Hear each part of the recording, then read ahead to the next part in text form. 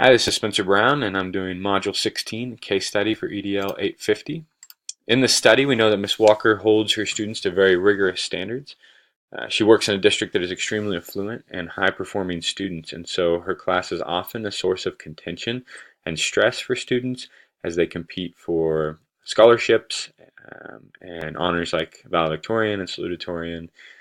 And I know that this has caused tension between Ms. Walker and her students, and so Dr. Forbes has had repeated attempts at creating some professional learning opportunities for Ms. Walker um, in regards to her relationships with her students, but they seem to either have fallen flat or she just hasn't implemented them with much fidelity.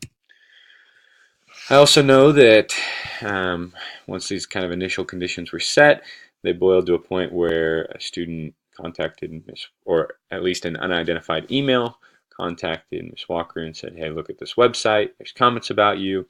She gets on there, and there's a string of really vicious comments that end in kind of a suggestion of making Miss Walker disappear, which causes a lot of anxiety and fear for her life. So I know at least one student is involved and is extremely disgruntled with Miss Walker and feels that it's far too rigorous given the high school setting.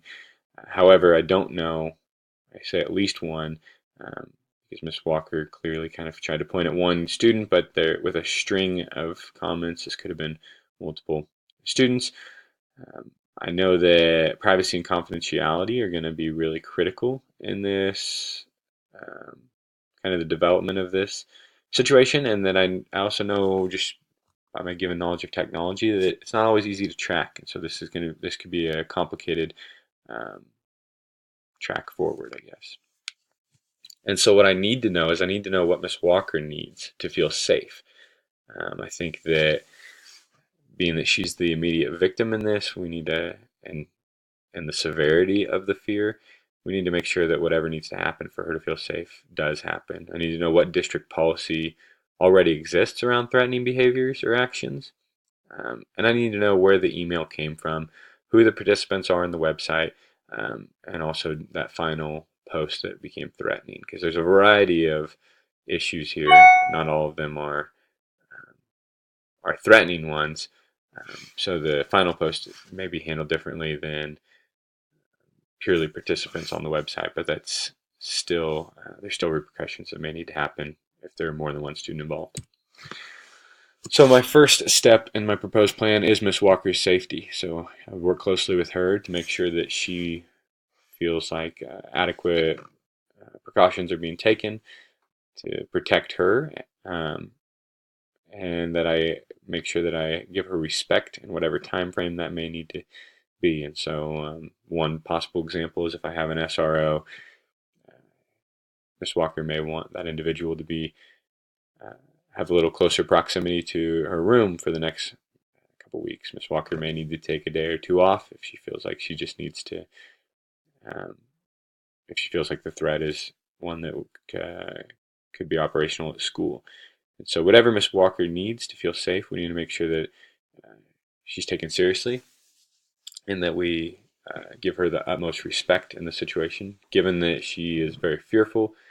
There could be things that she wouldn't think about under more calm circumstances. And so I need to make sure that regardless of what maybe ideas or conclusions she draws, that they are treated with respect and that she feels like she's being listened to. I need to make sure I control the situation. So I would talk to the technology department to block the site at the school. Um, if it's a site that can be taken down or reported, then obviously take those measures. But then I need to continue with the technology department to go ahead and begin kind of investigation into where this all may have came from. Who was the originator of the email? If the website's one that is created, where could it have potentially come from? And I just need to solidify all possible information from them before I go to questioning any students to make sure I have a clear picture of potential suspects in this case. Also, called this step 2 as well because it should be happening at the same time. I need to be looking at the current policy to say, what does our district say in terms of how we handle threatening behavior, and make sure that I adhere to that in a professional manner. And if there's not policy in place, then I need to make note of that. But now is probably not the time to write that policy. We can come back and fix that on a later day, and I just need to continue to move forward in a professional manner. So then step 3 obviously is to figure out who I need to go speak to. So based on the information I get from the technology department, and how I handle our district policy, I may already have figured out who my main suspect is and go pull them and have some conversations with them and whoever else may have been identified as involved. However, if evidence does not exist, then I think I would trust Ms. Walker about Randy. Not to say that I would directly confront him as that he did it, but I would certainly have some conversations with him as well as other students to protect his identity and not feel like I purely will make a decision based on the perception data of Ms. Walker. That would be pretty damaging to their relationship as well. And it would be damaging to Randy's reputation, which we've learned in this class is not something you want to make light of. And so I want to make sure I also involve parents where needed and ensure the confidentiality in these conversations wherever appropriate, so kids feel like they can speak freely and be confident that in my professional discretion I will handle what they tell me with confidence as much as possible.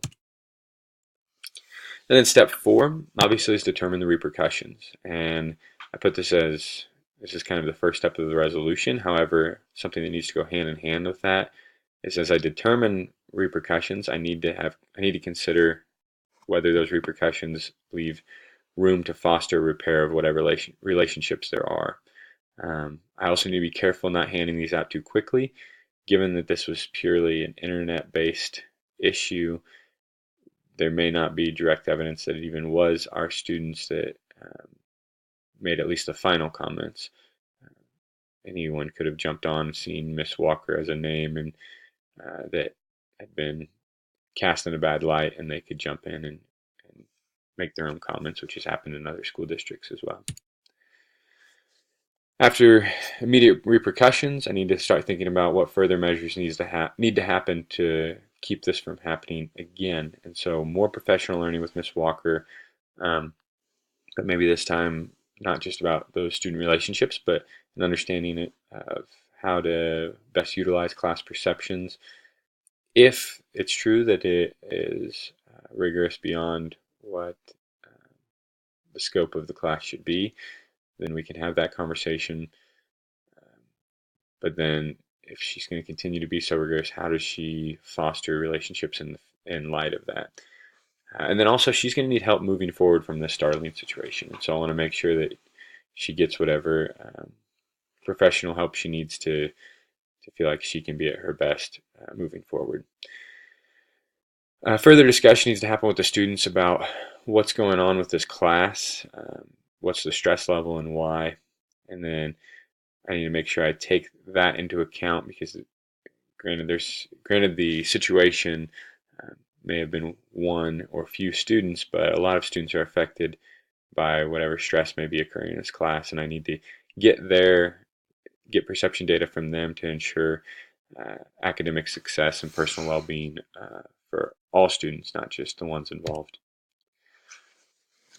And so during this case study, I was kind of thinking about, obviously, first the main action, the threatening website. And I wanted to think about, okay, what's the radius and degree of involvement? How many are involved and to what level? Obviously, one student made the threatening post, but it could have been a string of students making the other inappropriate posts. And so I need to keep that in mind as I move forward. And then what's the radius and severity of the effect? Obviously, this had a massive effect on Ms. Walker, but is there effect elsewhere? Beyond that, then I began to think about what are the initial conditions that made this even possible. And so Obviously, there's some unhealthy initial conditions here, and so I need to think about what's the radius and severity of these initial conditions. Is it just a couple disgruntled students who don't like the rigor, or is it that this class is truly causing a lot of stress and anxiety on our students, and we need to think through how to help them through that? And so, right along with those affected would be the radius and degree of resolutions I'm going to uh, need to utilize, and then think through, could it have been prevented, and how could that have been done? I was feeling concerned for Miss Walker. I was a little frustrated with the initial response when Dr. Forbes said, well, it doesn't sound too serious. We need to be careful not jumping to conclusions for Miss Walker. And if she, in that case, if she felt like she needed to call the police, then we need to respect her in that and allow her to do so. And so not that we can't give advice, but just be careful not to downplay what Miss Walker's fear was there. I had a concern that such poor relationships even existed in the school, and a concern for interpersonal skills with the students. We need to have an environment where students feel like they can come forward and have an advocate for themselves in an appropriate way. And I was discouraged that it wasn't prevented based on Dr. Forbes' previous attempts at professional learning. I was valuing a variety of things here, and I think I've made it pretty clear I valued Miss Walker's feeling of safety. We want her to, as an employee of the district, we obviously need to make sure that we take her safety into a high priority here and really value it at the forefront of all of this. I was valuing clear policy on threatening behavior if it existed. And if it didn't, then my value was we need to come back and make that happen. I certainly valued technology skills on staff. This is in a situation that could be very difficult to track or not difficult to track based on what technology skills the staff around me have. And so if I have a good IT department, that's definitely something I put a lot of weight in my steps to determine what suspects I may even need to contact. I really valued the relationships in Miss Walker's room. We need to figure out a way to make them more professional and high quality. And then the interpersonal skills on all ends, not just the students advocating for themselves, but Miss Walker in how she approaches rigorous standards with her kiddos. Unresolved concerns, again, I don't know what policy does or doesn't exist yet. We certainly have a need for interpersonal development, and that's something that is going to take time, and along with the healthy relationships that come along with that.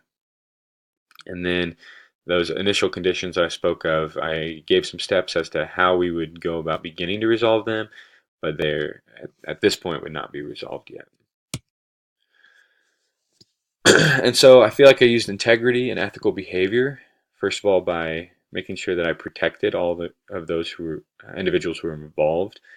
I made sure to, even if I needed to question Randy Franks, I did it in a way that wouldn't damage his reputation and that I wasn't accusing him of anything until I was confident that he was, in fact, the individual who made that post. I feel like I handled the investigation from the beginning to the end in a professional manner, and I considered what policy already existed and thought through what future revisions may be needed after it was all said and done. And I think throughout it all, I've been pretty clear about promoting academic success and well-being of all of the kids. Component 2, I think I was very fair and equitable, handled myself with dignity, and treated those involved with dignity and respect. I took Miss Walker's fears very seriously.